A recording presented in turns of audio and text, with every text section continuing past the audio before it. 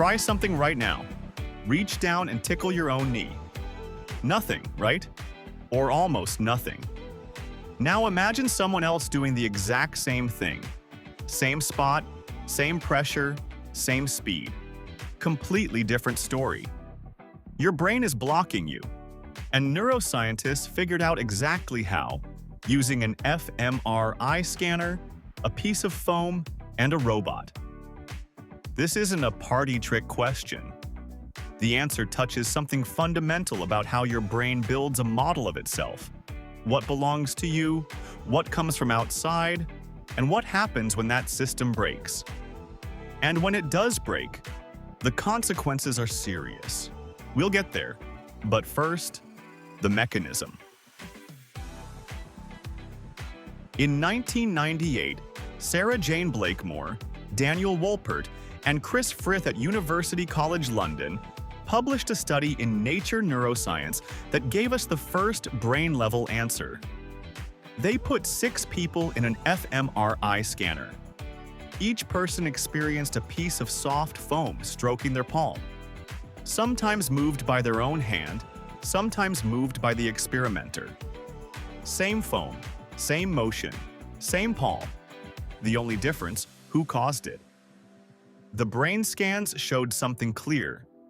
When someone else caused the touch, the somatosensory cortex, the part of the brain that processes physical sensation, lit up strongly. When the person caused it themselves, that same area was significantly quieter. The brain was dampening its own signal. But why? The answer came from the cerebellum, the small structure at the back of your skull, usually associated with movement coordination. The cerebellum didn't just track the movement. It predicted the sensation the movement would produce. And it sent that prediction upstream, before the touch even landed. When the prediction matched reality, because you caused the touch yourself, the brain essentially said, "I already knew that was coming." Not important. The technical term is sensory attenuation. The brain cancels out the sensory consequences of its own actions. It's why you don't feel your clothes against your skin every second of the day. It's why walking doesn't feel like a constant assault on your feet. And it's exactly why you can't tickle yourself.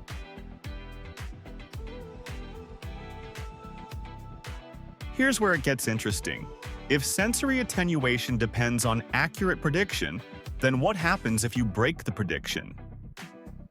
In a follow-up experiment, Blakemore and colleagues built a robot interface. A person moved one robotic arm with their left hand. That movement was transmitted to a second robotic arm, which stroked their right palm. So technically, the person was still causing the touch. Their motor command, their movement. But the researchers introduced a delay. 100, 200, or 300 milliseconds between the hand movement and the sensation. At zero delay, almost no ticklishness, the brain predicted it, canceled it. At 200 milliseconds, the sensation felt nearly as ticklish as if a stranger had done it. 0.3 of a second was enough to fool the entire system. The key isn't who moves.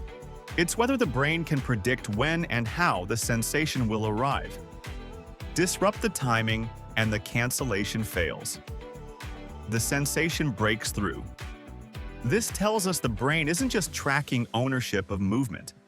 It's running a continuous, real-time prediction engine. And ticklishness is what leaks out when that engine gets it wrong. Now for the part I mentioned at the start. The same research team tested psychiatric patients, specifically those with auditory hallucinations or passivity experiences. Passivity experiences are when someone feels that their own movements, thoughts, or words are being controlled by an external force. These patients showed almost no sensory attenuation. They rated their own self-produced touch as just as intense as external touch. Their prediction system wasn't canceling anything. A 2016 study by Lemaire, Luyat, and Lafargue at the University of Lille pushed this further. into healthy people. They screened nearly 400 students for schizotypal traits, personality characteristics that exist on a spectrum with schizophrenia in the general population. The high schizotypy group tickled themselves significantly more successfully than the low schizotypy group. The more someone reported passivity-like experiences in everyday life, feelings of not quite being in control of their own actions, the less their brain attenuated self-produced touch. Worth noting, this was a small study, 27 people per group, with no correction for multiple comparisons. The direction of the result is consistent with the clinical data, but treated as suggestive, not definitive. What the full body of evidence suggests is this: the ability to tell "I caused this" from "something else caused this" isn't just about tickling. It may be foundational to the sense of agency itself, the basic experience of being the author of your own actions. When that system misfires, the brain starts attributing its own outputs to external sources. Voices that feel like they come from outside. Movements that feel like they're being controlled. The inability to tickle yourself isn't a quirk. It's a sign the system is working.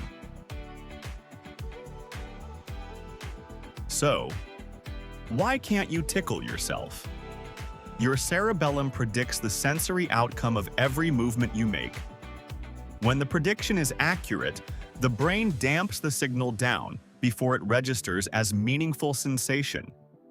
Ticklishness requires surprise. And you can't surprise yourself. Break the timing with a 200 millisecond robot delay. And you can fool your own brain into feeling it. The same prediction engine, when it malfunctions, is implicated in some of the most disorienting experiences a person can have. If this video gave you something to think about, consider subscribing and hitting the bell. It's the best way to support the channel, and it helps me keep making videos like this, with real papers and no shortcuts.